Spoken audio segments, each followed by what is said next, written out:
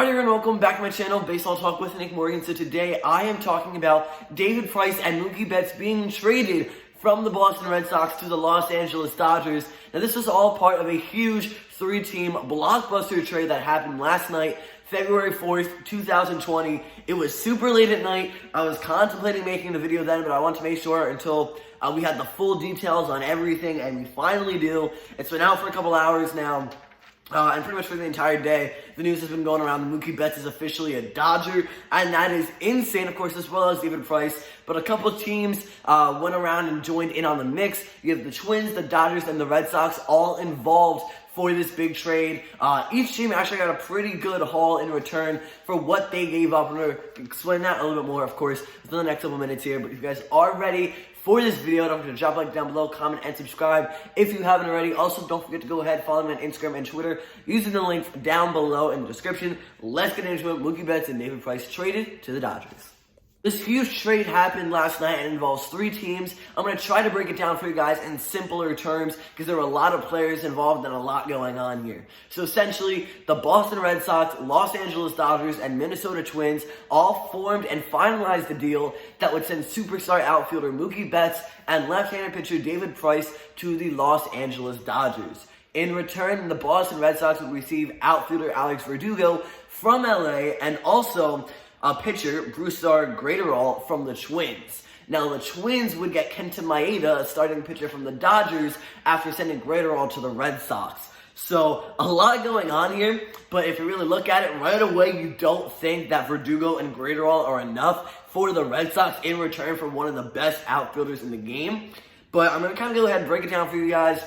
I'm going to give you my thoughts on it. Just the first time I read this, I was like, that's not enough at all. Mookie Betts, definitely a top player in the game, both offensively and defensively. Probably right up there behind Trout for the best outfielder in current day baseball. But I really like this. Kind of crazy though at first. Like I was getting notifications last night. Ken Rosenthal on Twitter had like 3 posts within the span of a minute. And I knew that meant something big was going on. And sure enough, here we go. Mookie Betts goes from the American League East all the way to the National League West within a matter of seconds.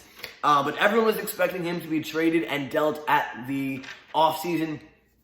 We were kind of figuring out that he was on the move just because he's going to be a free agent next year. The Boston Red Sox have been high above luxury tax the past 2 seasons and are trying to avoid that again. And it also so happened to be that David Price was also included in the deal. But this Dodgers lineup now is insane. Mookie Betts joining Cody Bellinger. Those two right there are a perfect piece to that outfield. You have one other guy now that you're going to need out there, and I'm sure the Dodgers will figure something out because also Jock Peterson was traded last night, and that'll be tomorrow's video. Stay tuned for that. But a lot going on. Huge trade, sparked a whole lot, and I mean, up until last night, really the off-season news was kind of settling down, and we thought we were almost done, but no, Mookie Betts is now no longer a Red Sox, which is ridiculous. Let's get into the numbers.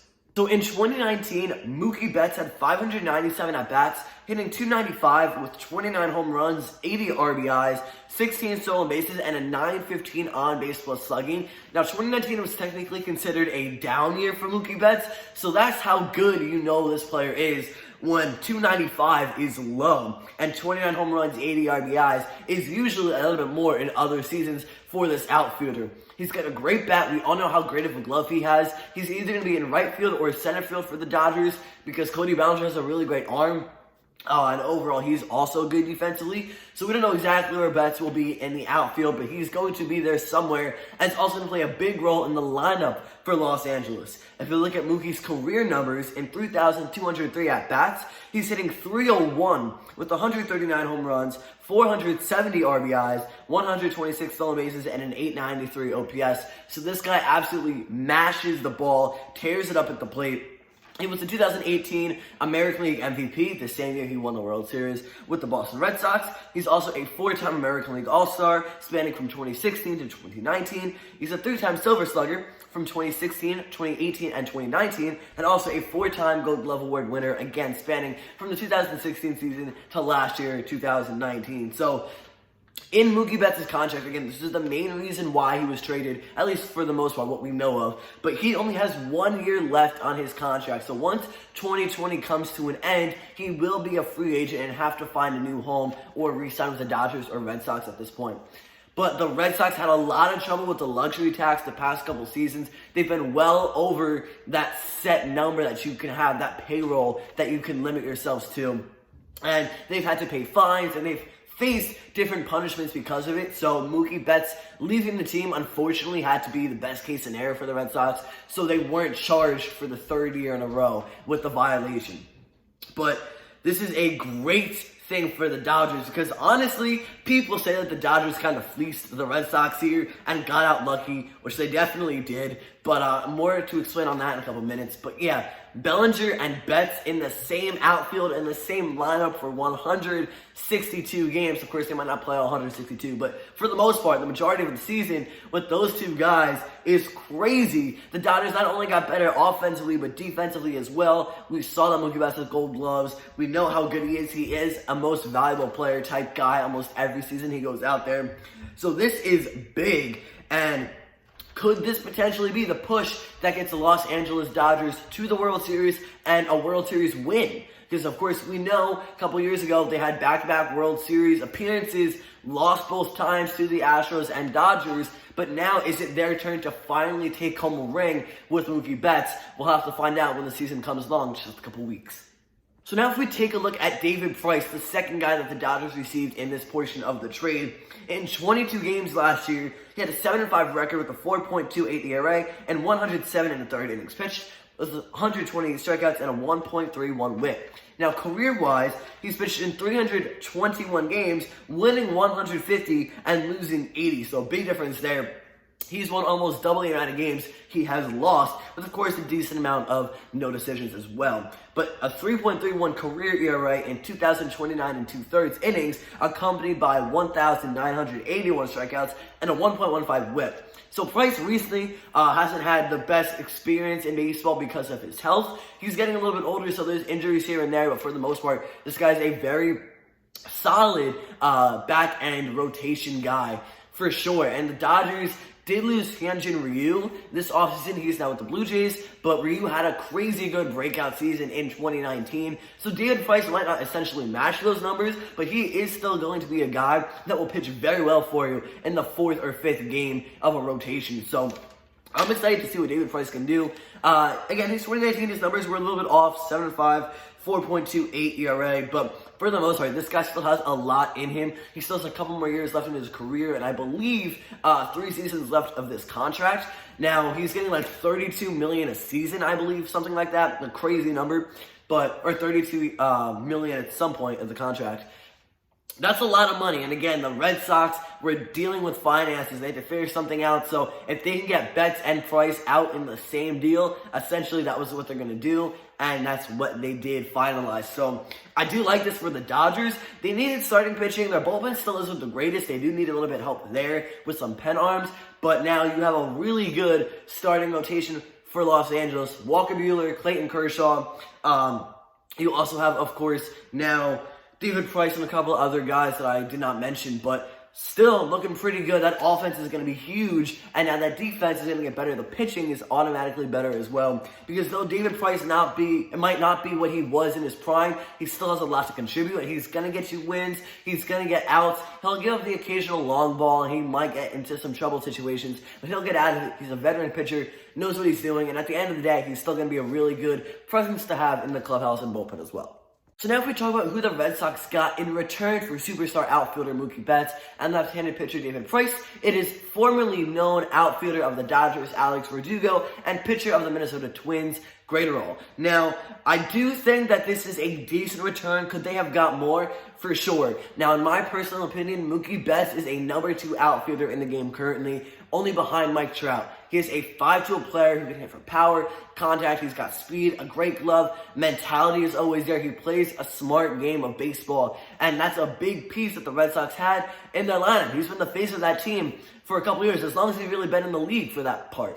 But you lose him, you lose Price, You get Alex Verdugo, who seems to be maybe on the verge of a potential breakout year, and this pitcher for the Minnesota Twins, who I believe just debuted in 2019. So a lot more could have gone their way, but at the end of the day, Mookie Betts was probably going to sign elsewhere when it comes to free agency following the 2020 season. Now, could he re-sign with the Dodgers or the Red Sox after 2020? Of course, I'm not saying it's impossible, but you never can really say that you're going to guaranteed lock down a player. So the Red Sox, instead of going ahead and losing Betts completely at free agency next year, traded him away and got some players back. They received an additional 2 guys that are going to help this team in the long run. Now, Graterol is newer to the league, so we don't know how much of an impact he's going to make, but Alex Verdugo is in the middle of his prime. He's getting to that point at least, and he is going to be huge. He's essentially going to take over that Mookie Betts place in the lineup. So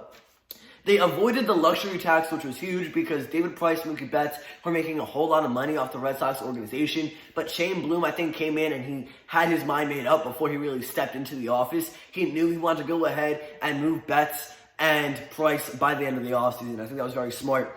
But you're getting Verdugo, we're going to talk about in just a couple moments, has a really good bat. He has potential to be really good. Will he be the next Mookie Betts? Maybe not, but right now he is still an outfielder in the game that's going to beneficially impact this team. And Graterol, the Red Sox bullpen is not that great, so he's definitely going to go ahead and impact them. He'll be a great guy if he's not a starter. Now, we don't really know what his official role is going to be, either in the bullpen or a starter, but either way, he's going to help tremendously.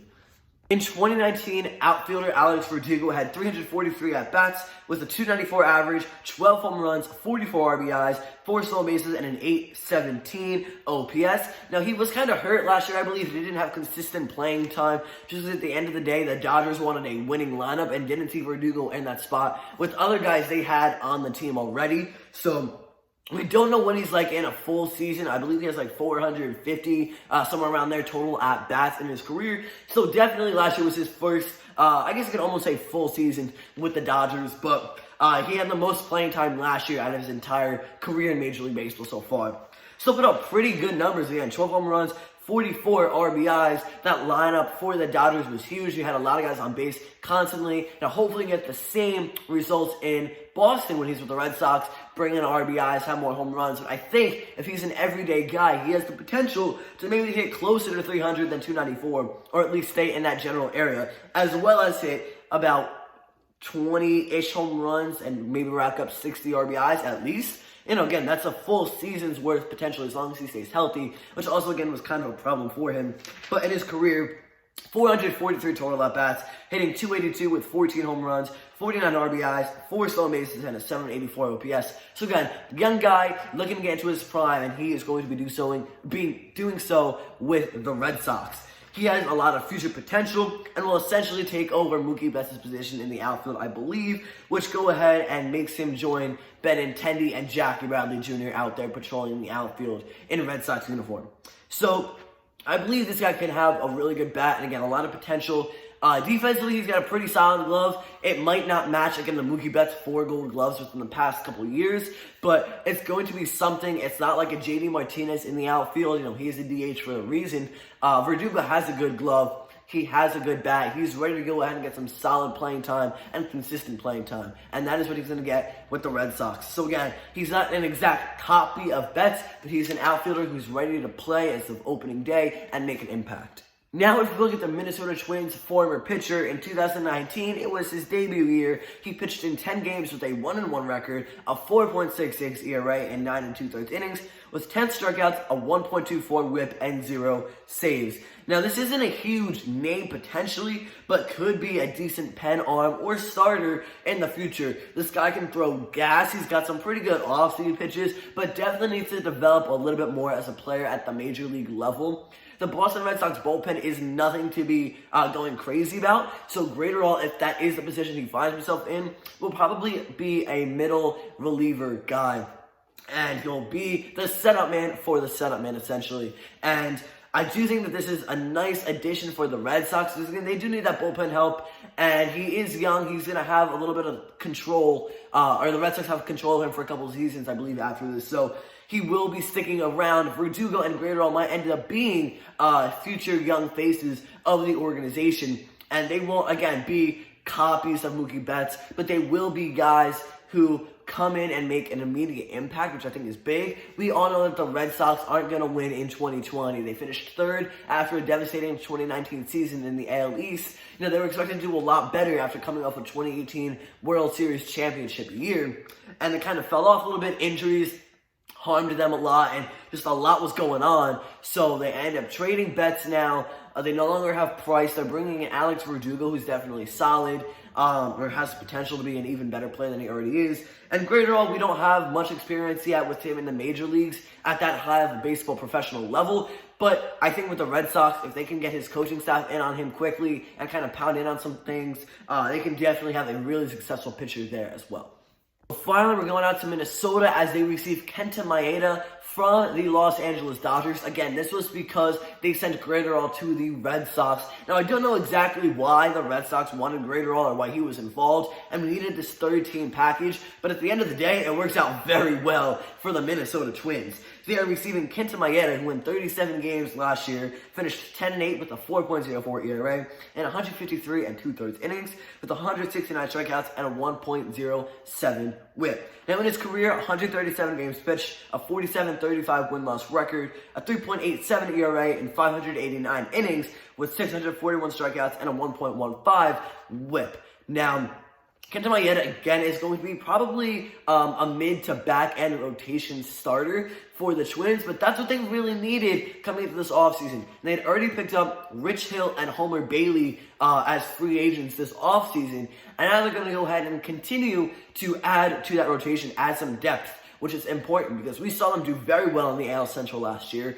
They made a big name for themselves, made it to the postseason, lost to the Yankees in the first round, but I think with a better pitching staff, they can easily go a little bit further, unless, again, it's against the Yankees in 2020, who's very stacked. But either way, they're going to have a chance against any team. You have Jose Barrios up there, and now the guys I just mentioned they picked up this offseason, as well as a couple others, but you are losing a young guy in Major League Baseball who you don't really know much about just yet. You don't know how successful he's going to be or how unsuccessful he's going to be for that point. And in return, you're receiving a veteran pitcher, I'd like to say, in Kenta Maeda. He's going to be a solid mid to back end starter. Again, he's going to put up good numbers for you. And honestly, some teams might struggle against Kenta Maeda. And that's going to be good if you're trying to get for the sweep or for the majority wins in a series. And the Twins definitely have the potential to go very far next postseason. And starting pitching was their biggest problem. They addressed that. Again, they're getting rid of Graterol, but who knows how good he would have been. And in return, they're getting a guy who they can expect a lot from and who will perform to that highest level possible as long as he's healthy. So they also added Josh Donaldson to the Twins this offseason, and they're really just doing really good. I can't say that enough. There's a lot going on here, and I'm super excited. A huge three-team blockbuster. I think each team made out fairly well, but for me, the winner of this trade has to be the Los Angeles Dodgers. Whether they have Betts for 1 year or not, they have Mookie Betts and Cody Bellinger, and they also received a starting pitcher. Then I'd probably go ahead and say maybe the Minnesota Twins and Boston Red Sox kind of fight out for second. For the most part, though, I do think that maybe the Minnesota Twins kind of got the second best hand in this trade. At the end of the day, though, crazy stuff, big news in Major League Baseball. Mookie Betts and David Price traded to the Los Angeles Dodgers. So, guys, that's going to be it for this video. If you enjoyed it, don't forget to drop a like down below, comment, and subscribe if you haven't already. Thank you all so much for watching. Let me know what you think about this trade down below in the comment section. I'll see you next time. Peace.